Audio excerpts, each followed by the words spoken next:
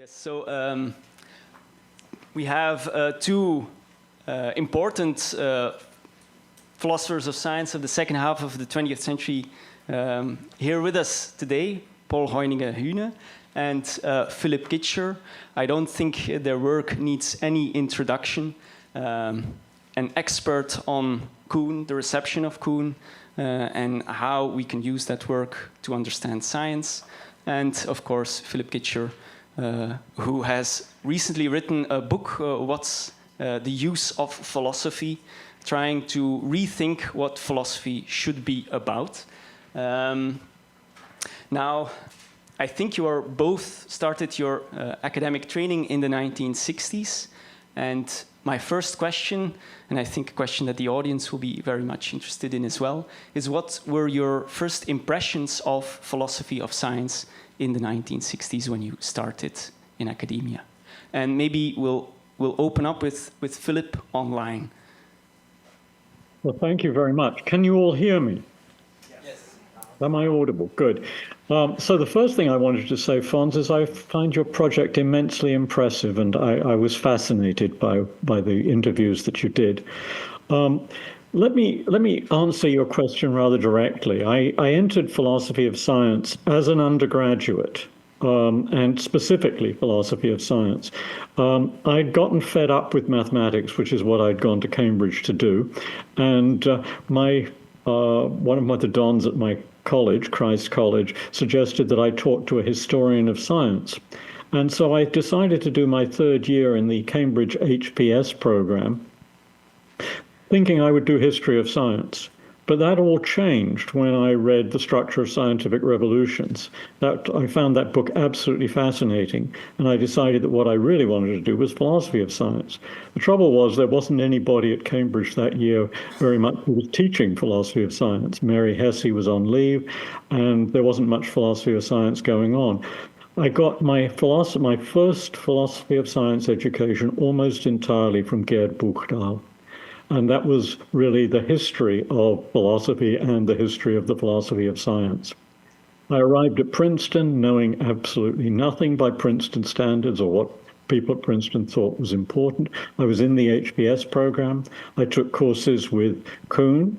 Kuhn gave a long history of science seminar that lasted the whole year. And of course, I took Hempel's famous philosophy of science course and Clark Gleamore's philosophy of physics course, and I also got some training in logic from Dick Grandy. And really it was people like Hempel and Kuhn and Dick Grandy and Clark Gleamore who really trained me after Buchdahl had supplied a kind of foundation. And I didn't really have, even when I was in graduate school, I think, a very clear sense of the field. But I was somebody who was excited by history and philosophy of science and thought it was the way to go. I mean, when I was in Cambridge, Buchdahl was starting studies in the history and philosophy of science with Larry Loudon, and it just seemed like the wave of the future. And of course, it didn't turn out that way.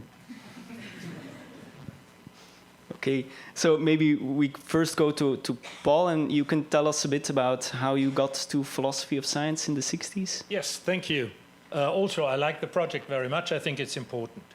Well, I saw today, during the day, what an outsider I've been in philosophy of science, at least until 1993. Then, of course, my life changed completely. When I started studying in Munich, 1966, I started doing physics. But I had the firm plan, I want to do physics and afterwards philosophy. And at some time I thought, well, when I'm 30, I will have both doctorates, which was a little overambitious. At least I had one doctorate, namely in physics. So my plan was to do physics as fast as possible and then leave physics either after the master or after the doctorate and then switch to philosophy. So I switched, in fact, 1975, I finished my PhD in theoretical physics, and then I switched to philosophy due to fortunate circumstances. My first contact, so that was the plan from the very beginning. When I was 19 or 20, I decided I study physics, then I study philosophy. I want to become a philosophy professor with philosophy of science. So my first contact with philosophy of science was after encounters with, in Germany, 60s, continental philosophy of science in the Volkshochschule, you know, these public universities, and there were strange people in retrospect, but I was impressed by them. Especially one, Shishkov, you know, he could talk a full hour without a manuscript. In perfect sentences. I was deeply impressed. Anyway, so I went to the university and I went also to strange people. And then a classmate of mine, also a physicist, he said, you know, there are some philosophers, namely Stegmüller, and I discovered Stegmüller in '67. So I went to Stegmüller then, and I was impressed. And the wonderful thing was I immediately understood everything. You know, at high school, I went to a class on Schelling, on the concept of freedom. I didn't understand anything. And then, so I went there, and I thought, oh, I understand everything. So I went to a logic class. I mean, I didn't have logic, but, you know, I was mathematically not completely ungifted, and I understood everything immediately, you know, and could answer questions quicker than others. I thought, that's wonderful. Philosophy, and I understand everything. And then the way Stegmüller presented it was just that he was just incorporated rationality. This is just rationality. This is what, of course, what I wanted. I wanted to be undogmatic, while my way into philosophy earlier was, I read at age 15, Why I'm Not a Christian by Bertrand Russell. And that was, and ever since, I've been no Christian. And for me, that was the first, the discussions of Christianity and the arguments against and pro-theism and atheism and so on. And then I went this way, and I was deeply impressed by that.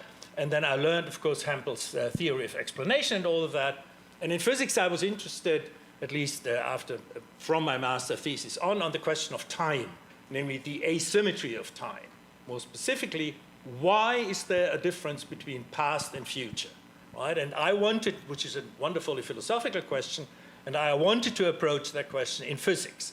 So I wrote my master's thesis on the Wheeler-Feynman theory on electrodynamics, which is a theory that tries to explain what normally in physics is not explained but taken for granted. There's a difference between past and future in electrodynamics. Mainly, roughly speaking, we are seeing outgoing waves and very, very few collapsing waves. And there's an asymmetry, and the problem is, and that's a fundamental problem in physics until today, the Maxwell's equations are time symmetric, right? And the phenomena are time asymmetric, and the question is, how can we understand that?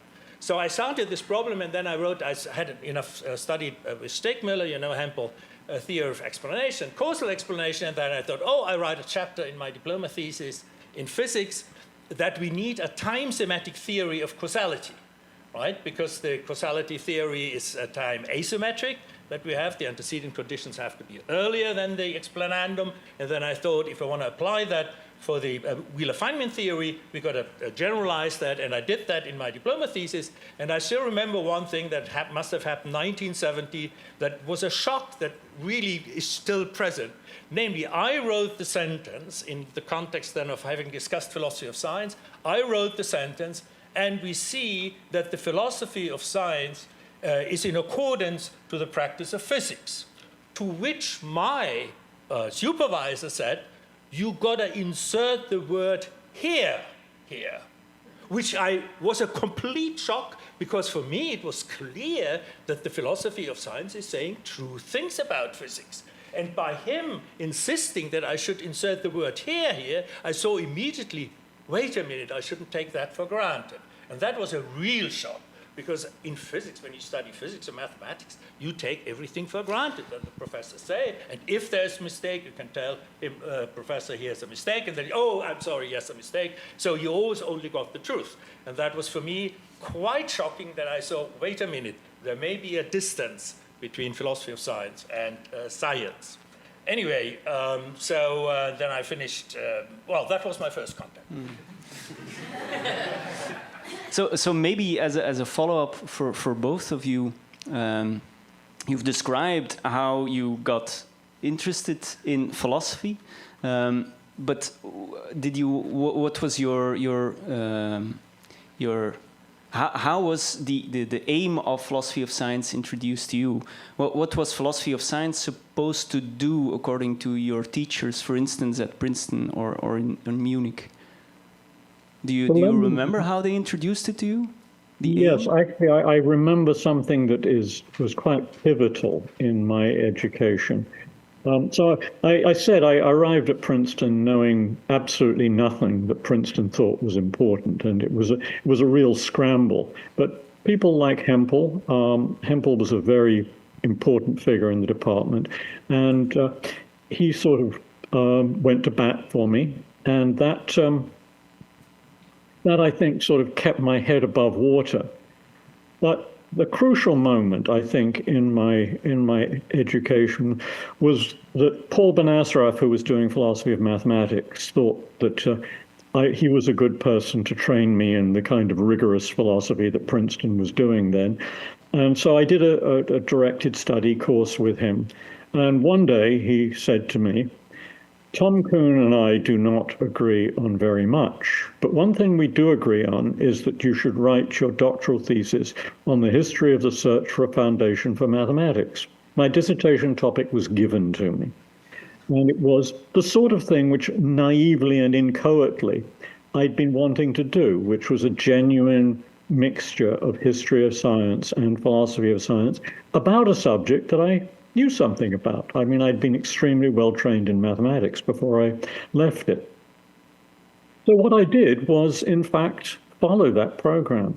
And it was immensely revealing to me because it led me to a completely different approach to philosophical problems than the one around me.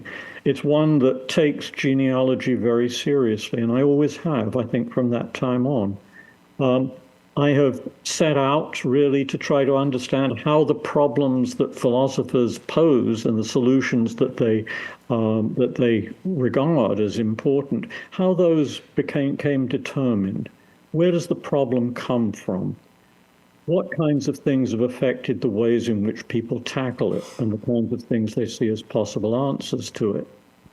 Anyway, that was the start, but then serendipity just goes on. I started teaching at the University of Vermont, and I was teaching philosophy of science, and the way I'd been taught, it was all physics all the time. Well, a little bit of chemistry here and there, because those were the places that philosophers of science trained at Princeton by people like Hempel went to for examples. And you hear that echo also in what Paul has just said. But then I happened to you have this student or this set of students who were really training to be doctors. And what they wanted was biology. So I went to the library to look for some books that might help me give them some examples from biology, and picked up a recently published book by David Hull, Philosophy of Biological Science. And I started to read it and found it fascinating. So I set myself the project of actually learning something about this science. And then another serendipity, I got the flu, and I was not able to do very much, and I was flipping through TV Guide for something to watch on TV to sort of while away the hours while I was feeling so lousy. And I came across this sort of insert which promised a book, and the book was called The Remarkable Birth of Planet Earth. It was a creationist tract, and you could send away and get it for free. So I did. And it came, and I looked at it, and I thought, oh my God, this is a complete load of twaddle. But I bet most of the people I know couldn't find out what was wrong with it. And so I started giving talks about creationism, and then a book editor I knew, Harry Stanton, the founder of Bradford Books, I was having lunch with him and his wife one day, and they got very excited when they heard me talk about creationism, because Betty's, I think, daughter had been actually sort of brought into some kind of awful religious commune and brainwashed and all the rest of it. And so they were very keen that I write a book about it. So I did. And that sent me off in a new direction, actually two new directions. First of all, I'd gone to Harvard to the Museum of Comparative Zoology on my first sabbatical to study with Steve Gould and Dick Lewontin. And I decided I really wanted to do some serious philosophy of biology. But it also gave me the sense of philosophy as reaching out, as doing things with public impact. And I wrote that book not simply for philosophers, but for teachers, for ordinary people whose communities were facing all this pressure to teach creationism in the high schools. Changed my thinking about philosophy absolutely, completely. There are more occasions later on that sort of account for my weird nomadic career where I sort of wander from one thing to another. But that's, you can see at the beginning how really quite a bit of chance comes into this. And I really do feel that the way I've thought about philosophy has been profoundly influenced by various kinds of social interactions and social contexts. Yes. Well, the question was, what was the goal of philosophy of science when I was introduced to it? And that was in the State Middle School. That was very simple, rational reconstruction, right? And he wrote in '69 this book, 1,000 pages, in which he, condensed all the history of analytic philosophy, philosophy of science about explanation, and that sounded quite reasonable to me. And rational reconstruction, yes, if physicists speak about explanation, they say something, and then yes, I understand that as a philosopher, you want to rationally reconstruct that. And I was really a fan and had the feeling, this is real philosophy, I understand it, it's not that difficult that I thought. And what I also learned was that, continental philosophy was really awful. I mean, the first sentence in this big Stegmiller book on page 1 really is a sentence, if you read it, it's absolutely unnecessary, but he just says, Hegel hated logic or thought it was unnecessary. And then comes not really a quote, well, the fact is this was fabricated. What he says about Hegel is really absolutely fabricated.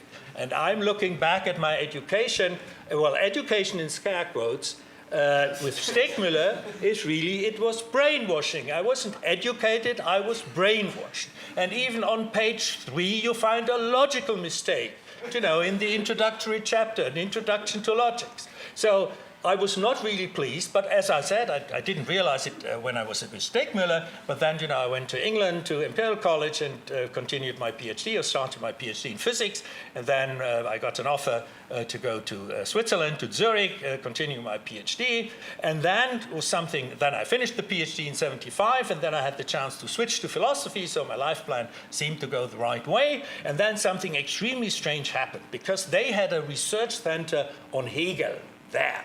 So I expected to find a lot of idiots, right? To find really people, who were saying, and I wouldn't understand them. And much to my surprise, I found people, some of them were really clever, really intelligent, and they could argue with me that I really got in trouble. And they could also show me, Paul, you are unable to read a classical philosophical text because you've never learned that. Well, I was a physics PhD, theoretical physics. I thought I was a clever guy. I thought, of course I can read. But then I saw when they showed me how to read a difficult text by Kant or Fichte or Hegel or Jacobi, well, I couldn't do it. And I couldn't simply say, well, they're idiots just giving me bullshit. And that led me on a journey of something like 5 years that I got educated in continental philosophy. So I don't belong neither to analytic philosophy nor to continental philosophy. I know both worlds. And by the way, both worlds are equally dogmatic. Both worlds, really. Analytic philosophy is as narrow-minded partly and dogmatic as is continental philosophy, narrow-minded and dogmatic. So for instance, in continental philosophy in Zurich, it was absolutely clear that when you are a realist, right, a scientific realist or whatever sort of realist, you haven't entered philosophy yet. Because you have to understand that realism, common sense realism, or scientific realism is just a philosophical. You haven't entered philosophy yet, and you've got to read some Kant and Schelling and Fichte and Hegel, and then you see that there are very different perspectives, right? And realism wasn't a topic of discussion. And of course, very few of the continental philosophers read Carnap about Stegmiller. Stegmiller, you don't read that. On the other hand, I mean, the continental philosophers, they didn't read Carnap. They thought that's all nonsense, right? It's all superficial in the best case, right? So, for instance, Patzig, who was a relatively famous analytic philosopher, and his father was a captain, and he was in the Navy, and he wanted also to be a captain in the Navy. Unfortunately, the Navy didn't exist when he started studying in 1945. And then colleagues from him said, yeah, if you want to be a captain, why do you only sail so near to the shore? Why don't you go out to deeper waters? Meaning, you know, confronting the problems that Kant and Hegel and these people confronted. So they're really very narrow-minded, and that led me then, by the 1980s or so, that I took distance, you know, to all these philosophical schools.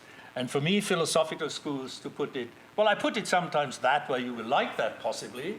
If you join a philosophical school, you're losing 10 IQ points. And I don't have enough IQ points that I can just lose 10 IQ points, so I don't join a school.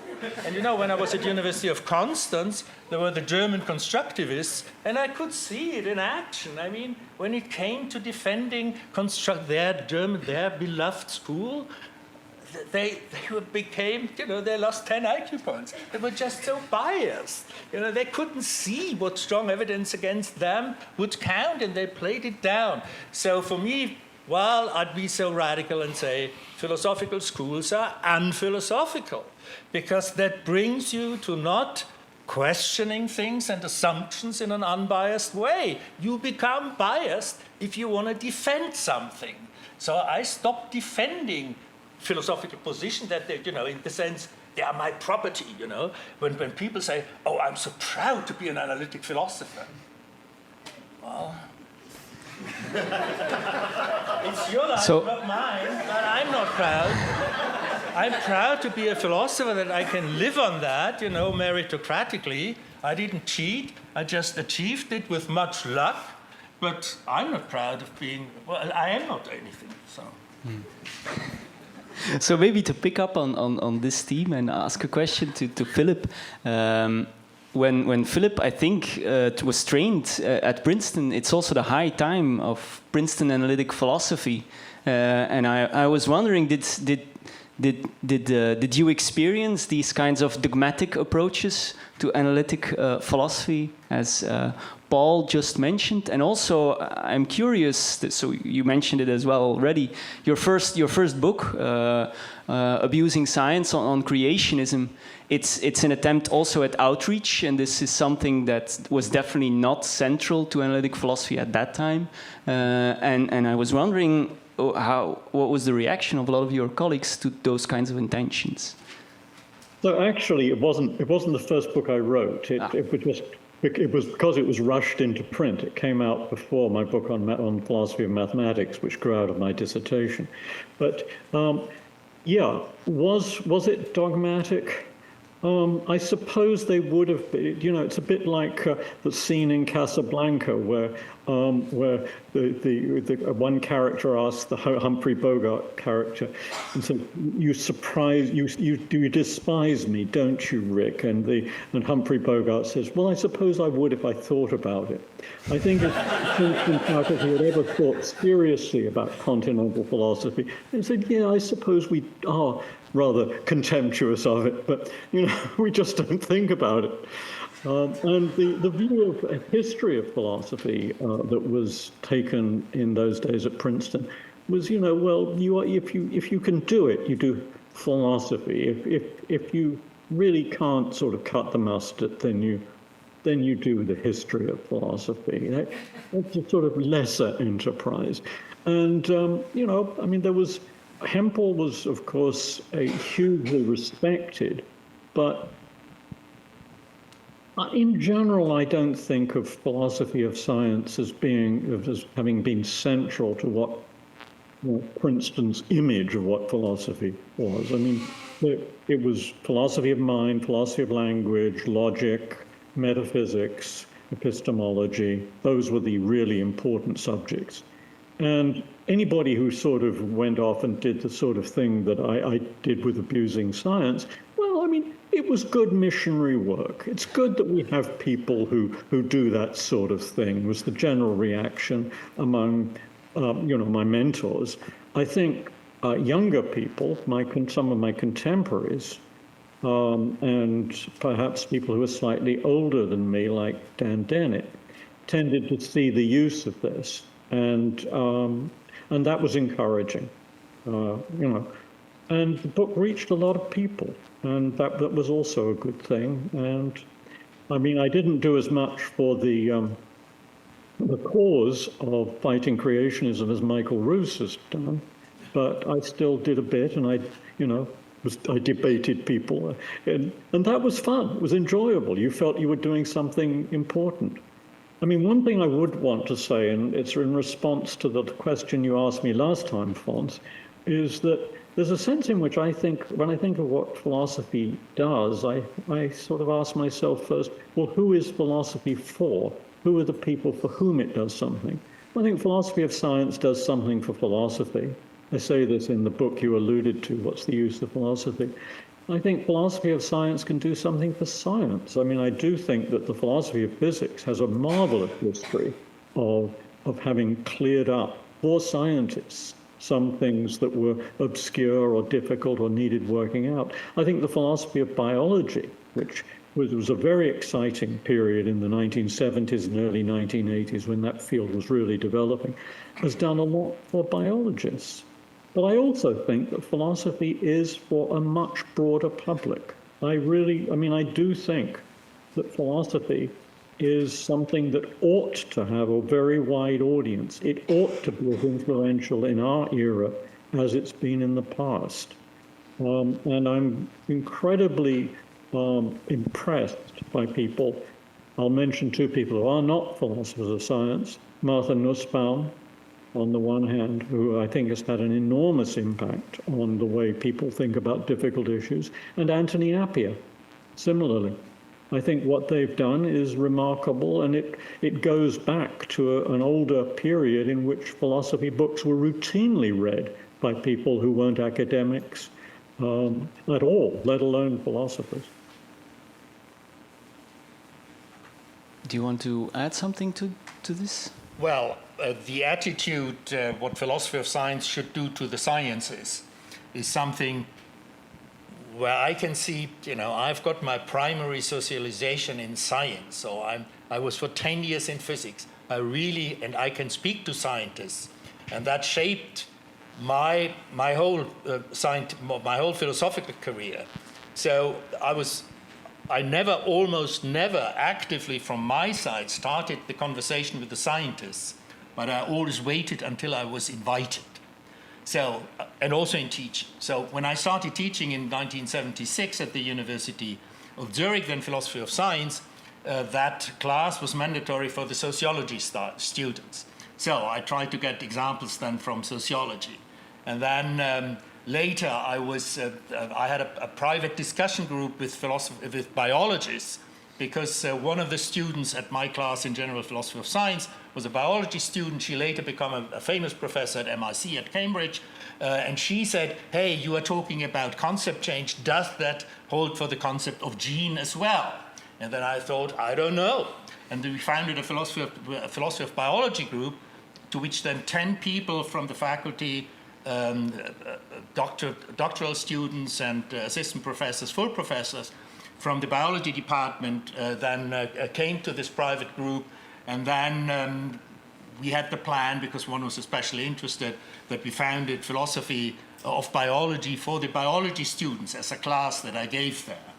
And many other examples, so with geographers. So I had really the luck in my career that I was again and again approached by scientists of very different disciplines, either to cooperate with them on a scientific basis or to teach. So also the historians in University of Zurich approached me and said, hey, you've got an education as a theoretical physicist, and you are an assistant to a philosopher of history. We want to exploit that, right? Why don't you give a class on the philosophy of historiography to our history students? And I had many such things. So I taught international horticulture students. I taught philosophy, psychology students in Constance. And now for the last 10 years, I've been teaching economic students, because one of a former student of mine became a professor of neuroeconomics, and well, this was the path then. So former students, you've taught well, very good capital for you, really good capital, because they may invite you then in their disciplines to give a talk in the seminar, or they have other goodies for you. So some of them are very helpful, and last meeting with at the Christmas dinner, for the economists, left to me was a retired professor, right to me was a retired economics professor. Both were my students, you know, back in 19 whatever.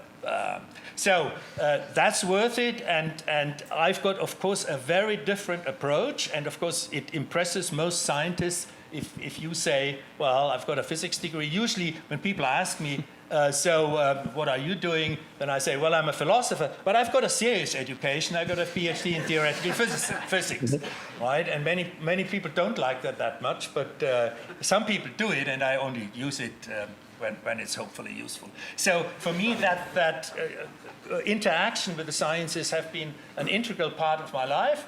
It's not that I only do philosophy for the scientists, but I like it when they ask me. So I had a constant battle with Feyerabend about that. Feyerabend said philosophy of science is only useful if it's useful for the sciences.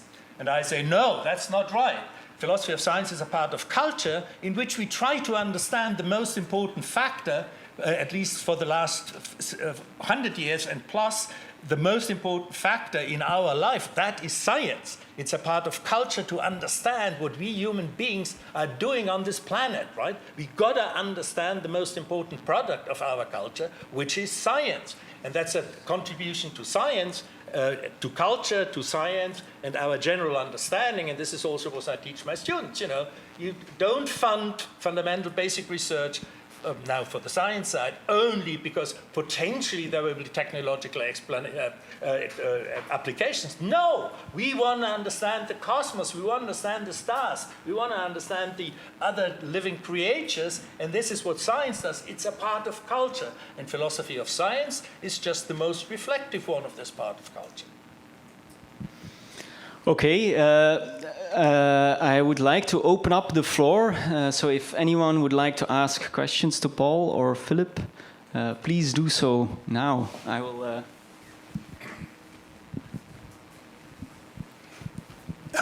Thank you for the talk. So the last thing that you just said, that seems like a political statement about the role of science in society. And I'd just like to hear you say a little bit more about that we should fund the sciences to learn things about the natural world and its processes that some democratic citizens may not necessarily care about. And those citizens are, in turn, funding the science. So that strikes me as like a perfectionist value as opposed to, a shared value among pluralistic citizens. Yeah. Absolutely. I mean, there are other things what people don't share is opera, visiting the opera. I know in Switzerland the seat is subsidized by $150 per seat, right? Other people's like beautiful gardens in the city, right? And they love the flowers. That's also part of culture. So we have many, many, many different parts of culture, and not everyone loves everything. But if you live in a democratic and more pluralistic society, then it's probably one of the jobs of the government to support culture in its different forms. Not only opera, but also, whoever the pop stars are at the moment, and all different kinds of I was thinking about Madonna, but thanks God I didn't say the Beatles, right? Which would have been, so to speak, my next association. Anyway, but Taylor Swift doesn't need really support, does she? She earns the money herself. Finally, the name came back, yeah. Anyway, so this is absolutely right, but culture is just a multitude of attitudes. Many, many, many different things, and the question that has to be decided in the democracy, first of all, how much money goes into culture, from public sources, and what's the mix exactly? How much ballet you want to have, how much opera, how much Taylor Swift, and so on and so forth. And that's difficult, and this is the process of negotiation that in democratic societies will then be decided by the parliaments and by a democratic process. But the point is just to see, not to have only this utilitaristic perspective, on science, as is mostly in Parliament when it's discussed. At least I saw it in Switzerland and in Germany, and I was once in a situation in which I could influence the people, from there, and I said, don't argue for basic science only by its utilitaristic use. Press the point, it's part of culture. In the same way you have cities and you have a garden, and that's paid by public money. It's a part of culture, right? And not only by the utilitaristic things, but really by those things which we enjoy, and different people enjoy different things, and life is not just eating and drinking and having a shelter and having children, but it's also culture. And science and philosophy of science is part of that. Philip, do you want to add something to this? I think I'm a more thoroughgoing Democrat than Paul is. I think I want to know that that all of the things that we fund are in the proportions that in which we fund them are in fact the expression of the popular will. So look, I'm going to have to be completely upfront about this. It was a real shock to me. After I was invited to go to Washington, D.C. and write a report for the Library of Congress about the Human Genome Project, to really come to terms with the fact that science is so powerful in politics and in culture, and that the boundary of between science and the broader democratic society is so pervasive, it really is pervaded in both directions. So that actually started me thinking seriously about democracy. And I think that, I don't share this sort of, we let all the flowers bloom in the way that they roughly have been blooming up till now approach to democracy. I really do think that genuine democracy involves deliberation among people working out what their priorities are. Goes much deeper than just sort of saying, well, we got lots of things, people like different things, so we'll do this amount of this and this amount of that, according to some kind of, guesswork. I think that this is what has forced me outside of philosophy, to thinking about issues in political philosophy and to thinking about the theory of value more generally. I think it was a wonderful turn that has been taken in philosophy of science in this century. We owe much to Helen Longino. We owe much to Evelyn Fox Keller. We owe much to people like Heather Douglas, who have opened up questions about science and values. These are immensely important. But philosophers of science can't just say, well, at this point we wash our hands of these and we turn them over to other people. These things are so entangled, I think, that you can't actually do philosophy of science in this vein without seriously reflecting on political structures, on what democracy is, and on how you do value inquiry. So I think the philosophy of science of the future, I hope, will be much more integrating in terms of its relation to other fields of philosophy, particularly ethics and political philosophy. Okay, we have one final question here in the back. Super. I mean, this dovetails very nicely to what you just said. I mean, maybe I can ask both of you, what are you most excited about right now in philosophy of science generally? What do you think that if you were a graduate student, you would be very excited to work on? What's the most exciting thing right now, according to you, instead of looking back at your career, currently that you're super excited about in philosophy of science? What's the optimistic streak right now? Yeah. The question I would pose is a question which is actually two questions, one slanted towards political philosophy and one slanted towards philosophy of science. The question is, okay, so what does a genuine democratic society look like, and how does the scientific community and its social structure fit within them, if everything is done properly or as well as possible? Well, how can we make progress? on making our society more democratic and making the science that is done within it more responsive to the needs of that democratic society. Very short. Well, I will answer on an entirely personal level. I want to finish that paper that I've already submitted to Philosophy of Science. It was rejected. Then I submitted it to the British Journal of Philosophy of Science. It was rejected. And now I'm writing the third or fifth version. And it's about the question, how do the abstract, robust models in economics explain? Okay, on this note, let's take